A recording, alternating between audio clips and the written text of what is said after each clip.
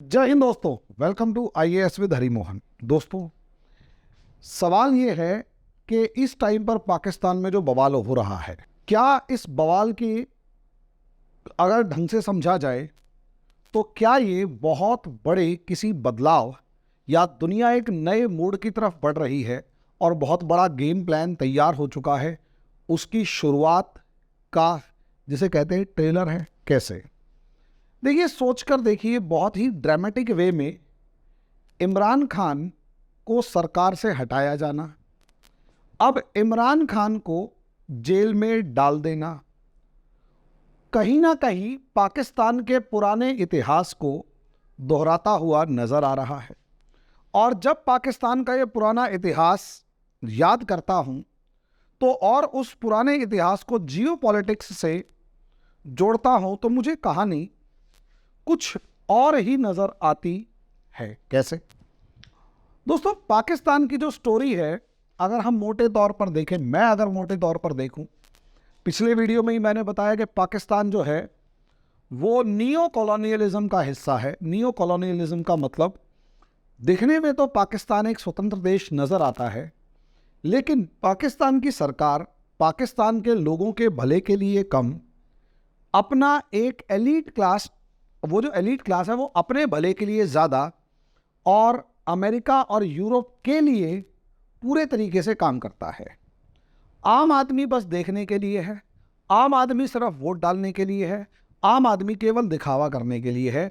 भले ही दो पार्टियां वहां नजर आ रही हैं, लेकिन दोनों की दोनों पार्टियां, या तीन पार्टियां नजर आ रही हैं, लेकिन वो तीनों की तीनों पार्टियां अपने देश के लिए नहीं बल्कि दुनिया के दूसरे देशों के लिए काम कर रही हैं, उनको फायदा पहुंचाने के लिए काम कर रही हैं। दोस्तों, हम जब ये वीडियो बनाते हैं तो बड़ी मेहनत सी लगती है, तो कृपया करके हमारे चैनल को लाइक करें, सब्सक्राइब करें, शेयर करें, बेल आइकन ज़रूर दबाएं ताकि हमें भी थोड़ा मोटिवेशन फील हो। यही कारण है कि पाकिस्तान का आज के दिन बर्बाद हाल हो चुका है। तो अगर मैं इसे पुराने तौर पर देखूं तो कोल्ड वॉर एरा में पहुंचता हूं। कोल्ड वॉर एरा के अंदर, कोल्ड वॉर एरा में 1978, एक तरफ मुझे ईरानियन रेवोल्यूशन नजर आता है, जिसमें ईरान में ईरान के शाह की सरकार को उखाड़ फेंक दिया जाता है और इस्लामिक रेवोल्यूशन होता है, और ईरान के अंदर एक इस्लामिक रूल, मतलब इस्लामिक गवर्नमेंट इस्टेब्लिश होती है, और वहाँ इस्लाम जो है, मतलब ईरान के अंदर ब्रिटेन और अमेरिका की विरोधी सरकार पहली बार आ जाती है सेकेंड वर्ल्ड वॉर के बाद। 1978 का दूसरा जो हिस्सा है, 1978 का दूसरा जो हिस्सा है, वो यहां पर आप देखेंगे कि 1978 के दूसरे हिस्से में यहां आपको दिखाई देगा कि रशियन रेवोल्यूशन, सॉरी, अफगानिस्तान के अंदर एक प्रो सोवियत गवर्नमेंट यहां नजर आती है। अफगानिस्तान में प्रो सोवियत गवर्नमेंट आपको नजर आती है, और यहां कम्युनिस्ट कू जिसे कहा गया, वो यानी सोवियत सरकार जिसे सपोर्ट कर रही थी, वो सरकार कम्युनिस्ट कू यहां हो जाता है। लेकिन इसी 1978 में जब यहां ईरानियन रेवोल्यूशन चल रहा था, अफगानिस्तान के अंदर कू चल रहा था, तो यहीं पर 1978 में, बल्कि सितंबर के 1978 में एक बहुत बड़ा चेंज आता है, और जिया उल हक जो है वो प्रेसिडेंट ऑफ पाकिस्तान बनता है। प्रेसिडेंट ऑफ पाकिस्तान बनता है। अब आप कहोगे इसका असर क्या हुआ, क्या बकवास है ये? बकवास ये कि जिया उल हक अपने बनने के कुछ दिन बाद ही अप्रैल 1979 में सबसे पहले जुल्फिकार अली भुट्टो को फांसी देता है। अब आप मोटे तौर पर समझिए कि जुल्फिकार अली भुट्टो को फांसी देने का मतलब क्या था। ये भुट्टो साहब वही थे जो कि प्रो सोवियत माने जाते थे और इन्होंने क्रिटिसाइज्ड अमेरिका ओपनली। इन्होंने अमेरिका को ओपनली क्रिटिसाइज कर दिया था। साफ तरीके से अमेरिका को गालियां वालियां बक दी थी कि तुम्हारी ऐसी तैसी, तुमने 1971 वॉर में हमारी ढंग से मदद नहीं करी, हम सोवियत यूनियन का दोस्त बनने चाह रहे हैं। बिल्कुल ऐसे ही जैसे Imran Khan Saudi Arabia Putin से जाकर मिले यूक्रेन वॉर से एक दिन पहले, बिल्कुल वैसे ही हुआ। ठीक है, तो यहां जियाउल हक गवर्नमेंट आती है और 1979 के अंदर आप देखेंगे अफगान जो है कम्युनिस्ट यानी USSR invaded Afghanistan. USSR invaded Afghanistan. USSR Afghanistan में इन्वेड करता है यानी हमला करता है और नतीजा ये है अफगान कॉन्फ्लिक्ट कमेंस्ड।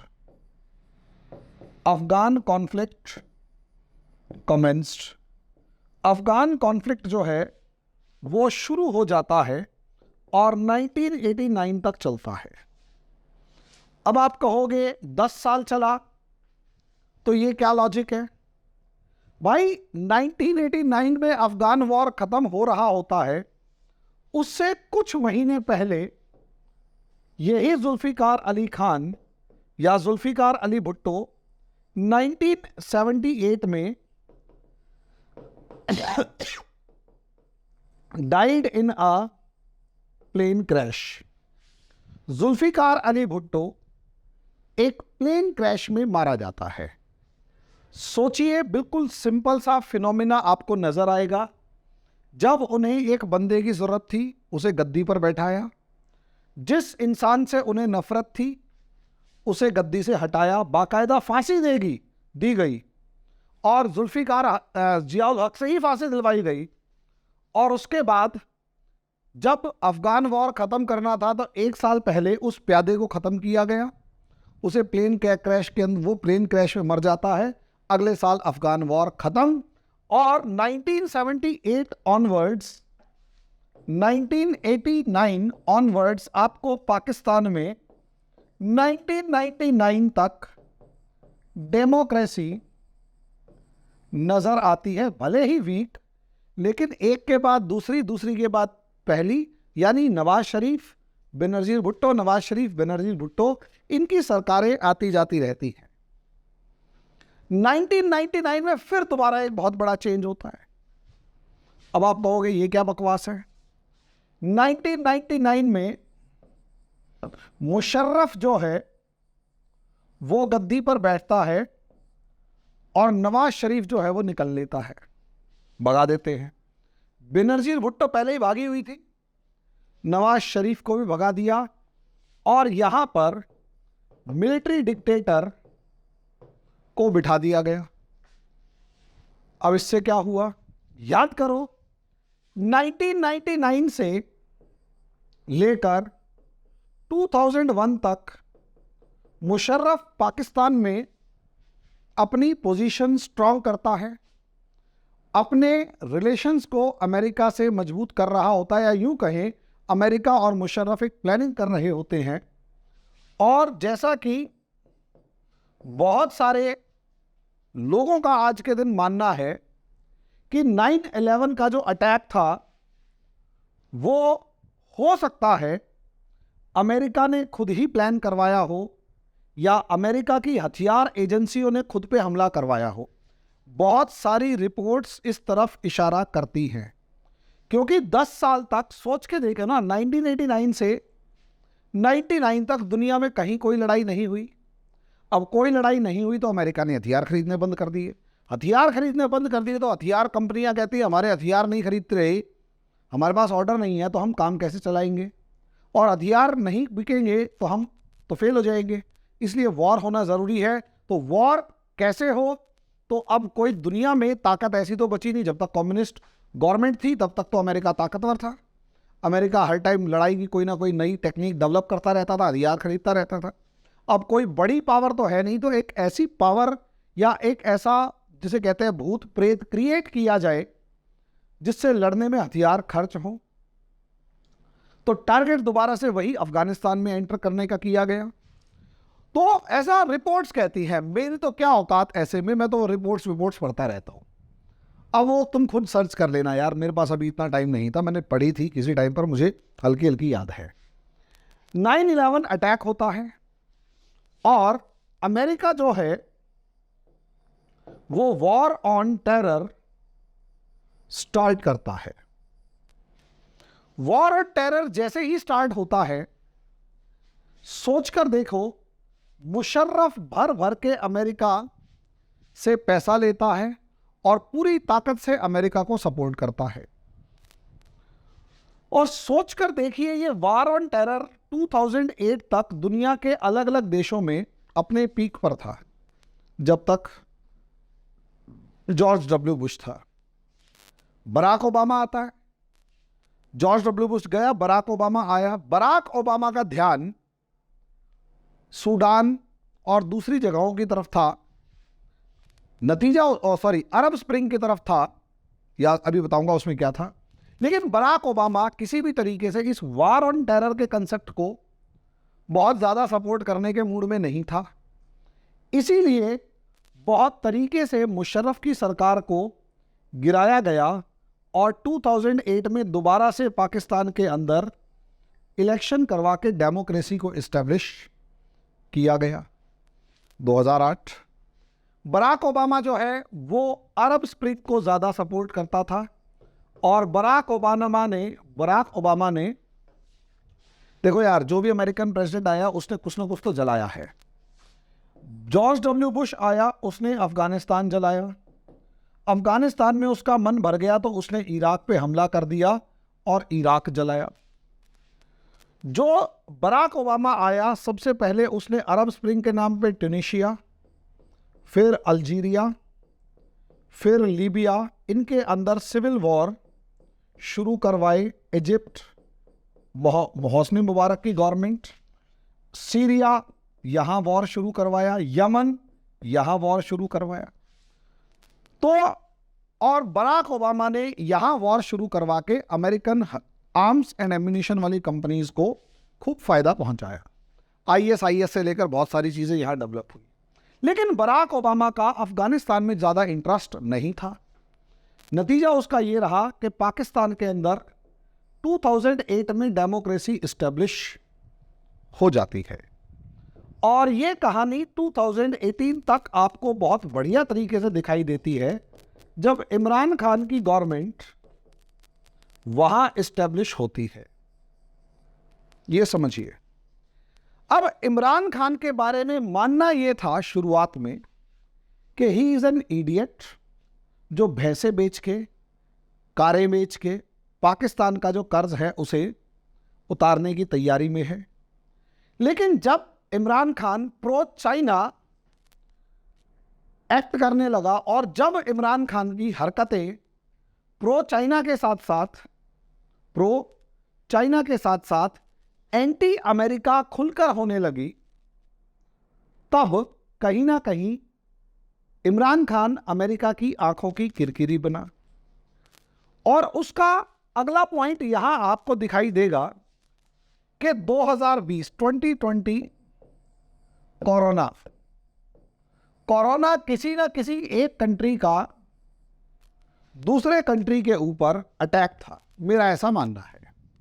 और मेरा ऐसा पूरे तरीके से मानना है कि चाइना को यहां पर टारगेट किया गया, ये अमेरिका का प्लान है और बहुत ज़्यादा मेरा इसमें मानना है। चाइना के ऊपर भरोसा कम है लेकिन अमेरिका पर उससे भी कम है।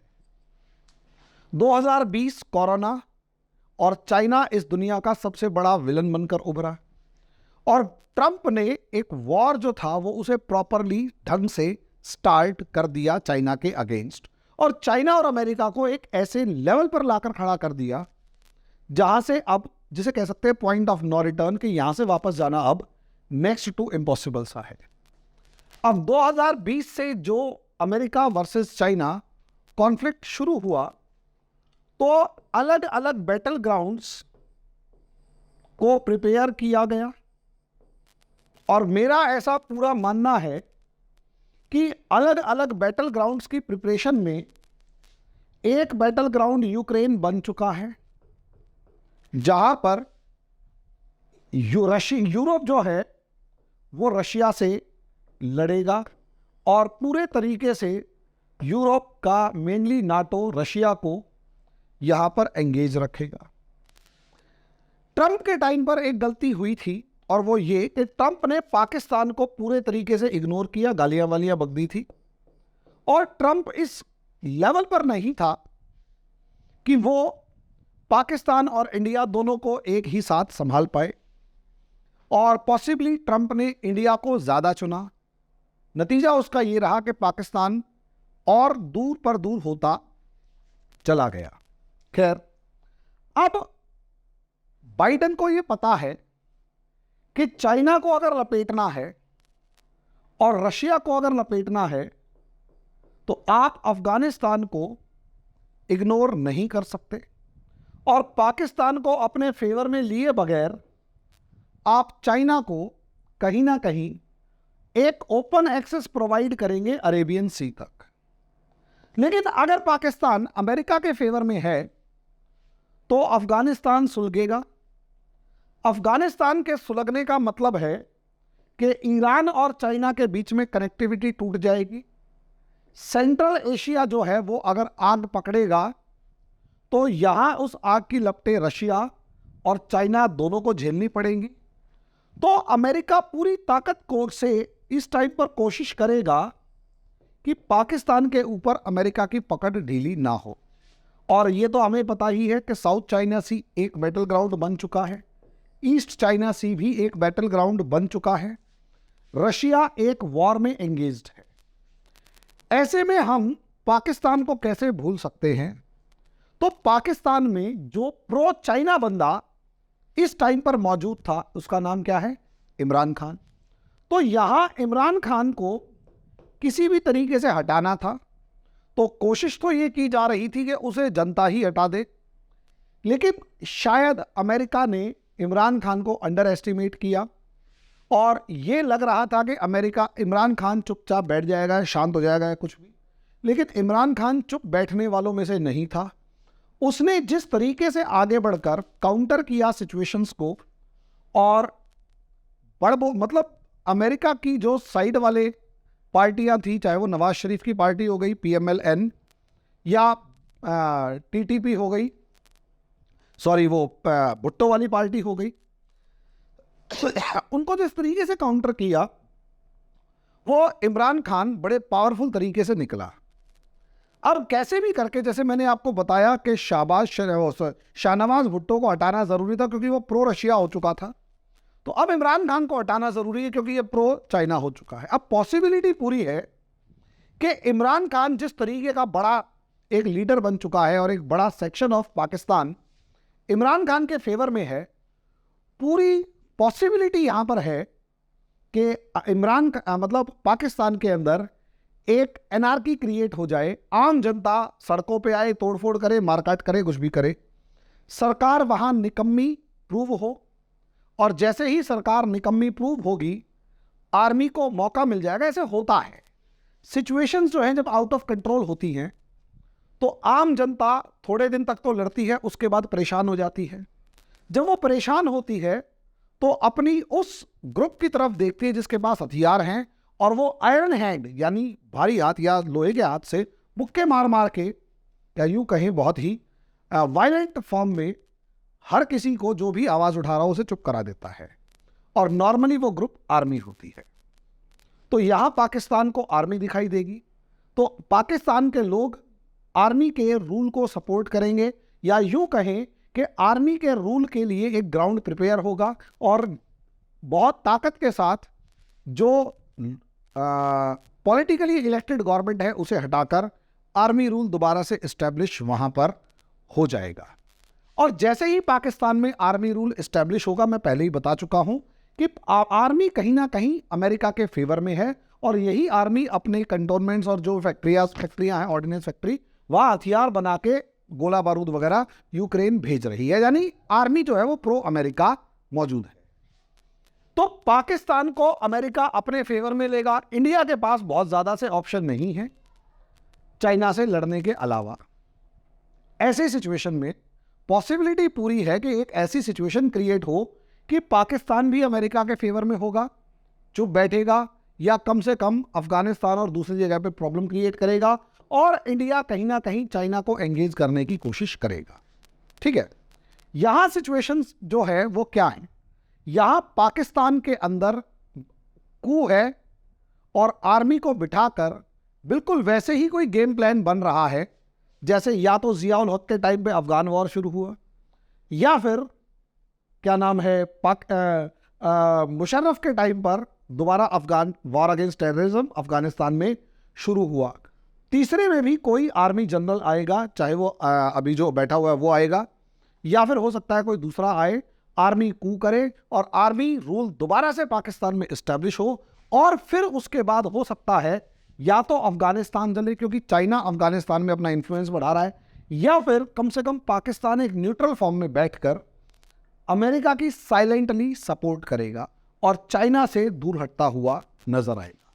है क्या, मुझे बहुत ज़्यादा नहीं पता, लेकिन अभी जो आहट है वो यही है कि कुछ बहुत बड़ा प्लान एग्जीक्यूट होना शुरू हो चुका है, क्योंकि इमरान खान जा चुका है और अब ये मुझे नहीं लगता कि वापस आएगा, और मुझे तो यहां तक नहीं लगता कि जिंदा भी वापस आ पाएगा। हार्ट अटैक आएगा और ये मरमरा जाएगा। उसके बाद जितनी इसकी गवर्नमेंट है और सपोर्टर्स हैं वो एनआरकी क्रिएट करेंगे। वो एनआरकी जैसे ही क्रिएट करेंगे आर्मी रूल आ जाएगा। जैसे ही आर्मी रूल एस्टैब्लिश होगा उसका नेक्स्ट लेवल क्या होगा?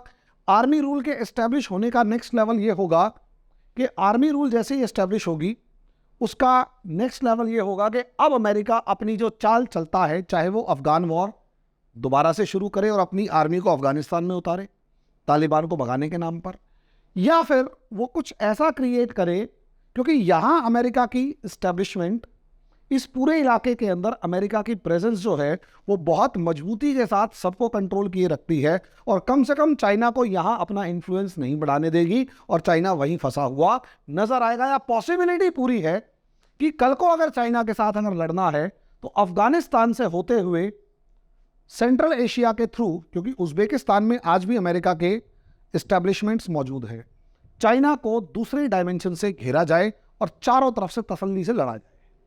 एक फोर्स हो सकता है रशिया जाए और दूसरी फोर्स हो सकता है चाइना जाए। क्या होगा मैं नहीं जानता, क्या वॉर प्लान से, क्या वॉर स्ट्रेटेजी से मैं नहीं जानता, लेकिन मैं इतना जानता हूं कि कुछ बड़ा इस समय पर घटने वाला है जो हो सकता है अगले 5-6 महीने साल भर में हमारे सामने आकर खड़ा हो जाए।